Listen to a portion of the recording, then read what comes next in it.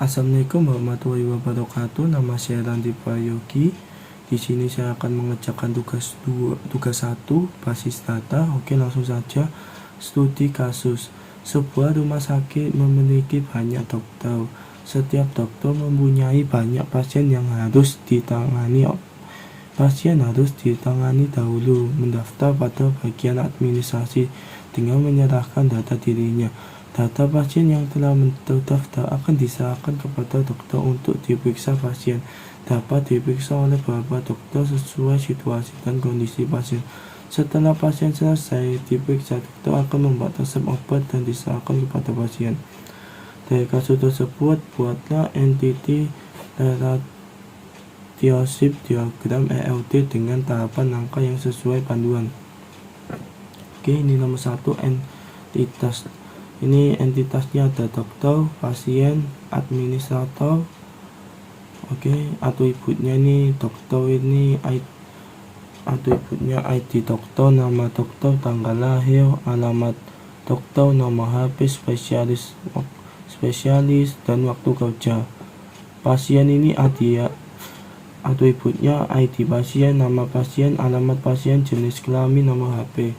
Administrator, ID admin, nama admin, waktu jaga. Entity ini dokter memeriksa pasien. Ini soal dulu ya. Mengidentifikasi dan menetapkan suatu himpunan relasi di antara himpunan entity yang ada di beserta kunci tamu for GK. Oke, ini nomor 3. Oke, langsung. Ini entity dokter memeriksa pasien. Dokter ke simpan data ke administrator. Ini juga pasien diperiksa dokter, mendaftar di administrator. Administrator menyerahkan data ke dokter, melayani pasien. Oke. Menentukan derajat. Oke, nomor 4, menentukan derajat relasi untuk setiap himpunan relasi. Untuk mendeteksi derajat kardinalitas, perhatikan ringkasan dari kasus tersebut. Banyak dokter memiliki banyak pasien. Jadi ini bisa dikatakan satu dokter bisa melayani berapa pasien. Oke. Banyak pasien mendaftar pada banyak administrator. Bisa dikatakan ini banyak administrator untuk mengurus pasien. Terus ini banyak administrator menyerahkan banyak data kepada banyak dokter. Jadi bisa dikatakan ini administratornya lebih dari satu di rumah sakit itu. Jadi di administrator A, B, dan C.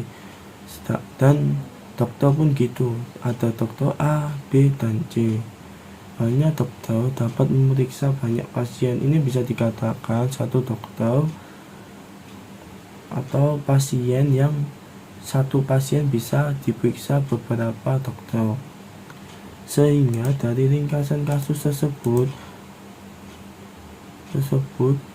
terbentuk derajat kardinalitas sebagai berikut. Dokter dengan pasien adalah minim banyak ke banyak.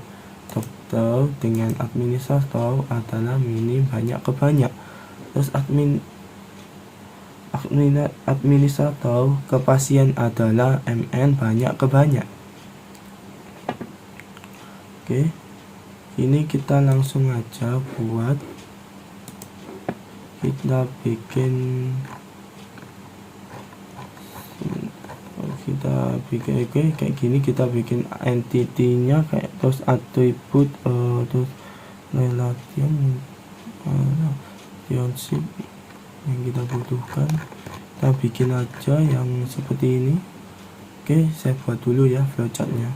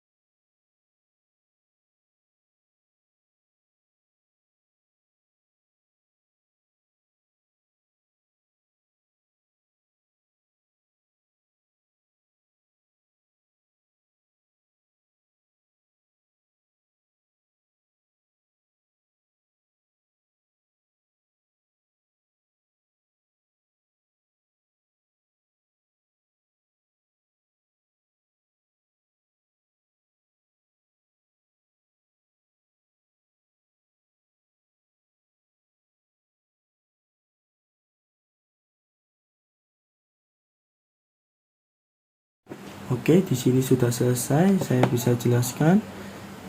Di sini pasien memiliki ID pasien, nama pasien, jenis kelamin, alamat pasien, dan administrator memiliki nama admin, waktu jaga, ID admin. Terus ini spesialis, nama dokter, waktu kerja, nama HP, ID dokter, alamat dokter, tanggal lahir. Oke, langsung saja saya bisa jelaskan. Pasien melakukan pendaftaran, dilayani dengan administrator, diberikan data ke dokter admin. Kenapa kok dokter admin? Karena di sini kasus kardinalitasnya dokter dengan pasien, dokter dengan administrator, administrator ke pasien. Maka ini menyimpan data terus ke dokter memeriksa pasien dokter, diperiksa dengan ID untuk membedakan pasien A atau B dan C. Karena pasien juga banyak di rumah sakit, tidak satu, administrator juga gitu, tidak hanya satu, jadi memiliki ID admin. Dokter juga gitu, lebih dari satu, maka dikasih ID dokter. Oke, saya jelaskan lagi. Di sini pasien melakukan pendaftaran, dilayani dengan administrator, memberikan data ke admin menyimpan data dokter memeriksa pasien dokter diberi resep, waktu periksa, selesai. Sekian, terima kasih. Wassalamualaikum warahmatullahi wabarakatuh.